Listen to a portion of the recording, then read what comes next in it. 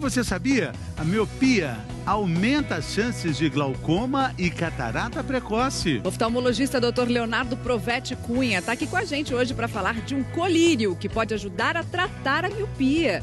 E também para explicar que depois dos 40 aí o problema é outro. A gente abriu o programa de hoje fazendo esse alerta que o número de crianças e jovens com miopia está crescendo assustadoramente. Não só no Brasil, mas no mundo. O número que vai aumentando ano após ano. A verdade é que a maior parte das pessoas fica daquele jeito que a gente está mostrando ali, com o celular muito perto dos olhos e muitas vezes mais do que 2 horas por dia, né? E aí, o que acaba acontecendo com os nossos olhos, doutor Leonardo? Ótimo. Vamos tentar demonstrar aqui, mostrando uma anatomia do olho. E aqui a gente pegou o olho mostrando como se fosse o olho aberto de lado, né? E vamos mostrar a parte interna do olho. Então é importante enfatizar que esse revestimento interno que se chama retina, uma área central que é chamada mácula, a imagem vai ser focada nessa região. No míope, o que acontece? Essa imagem é focada antes. E aí a pessoa tem dificuldade de enxergar para longe. E aí os objetos aparecem embaçados. E um dos fatores primordiais para esse estímulo de visão, principalmente no uso de celulares e também de laptops e de computadores, é que você tem um músculo nessa região que é chamado músculo ciliar, e a contração desse músculo ciliar, principalmente relacionada a esse estímulo visual para perto... Que é o que a gente está vendo em preto aí, né? Exato. Aqui nessa região, ele é um músculo circular, como se fosse um diafragma de uma lente. Então, ele faz abertura e fechamento. Vamos entender o que faz aqui nesse nosso olhinho, então. Então, ele é um músculo circular, que é como se ele estivesse aqui.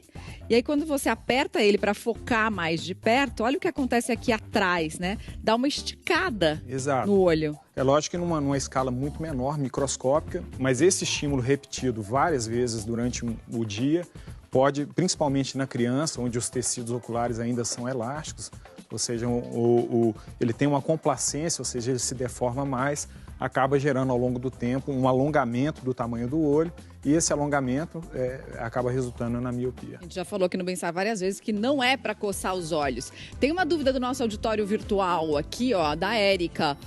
Trabalho o dia todo no computador. Como proteger os olhos, doutor Leonardo? O que a gente pode falar para a Érica? Essa é uma pergunta importante porque o trabalho com computador faz parte do dia a dia de todos nós. E é praticamente impossível você não utilizar o computador. O que é recomendado quando a pessoa está trabalhando, ela procurar, durante seu ambiente de trabalho, se sentar confortavelmente, procurar estar numa distância adequada do computador. Essa distância, a gente até fez uma ilustração aqui. Vale para o celular também, vale para o tablet, vale para qualquer tela, né? 2 palmos. Exatamente, 2 palmos tem mais ou menos a distância de 40, 50 centímetros, que é uma distância ideal.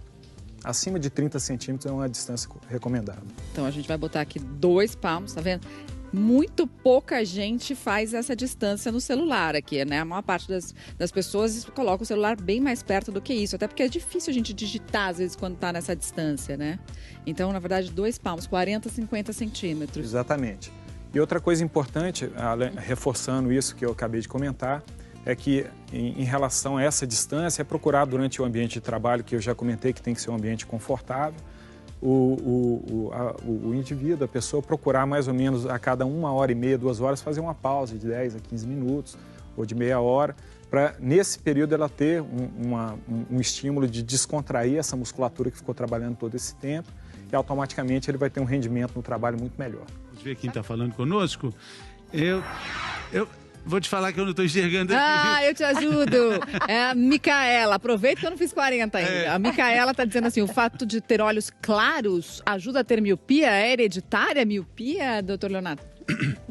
Então, na verdade, os 2 fatores são hereditários, mas são independentes. Ou seja, a pessoa pode ter o olho claro e não ter miopia ou vice-versa.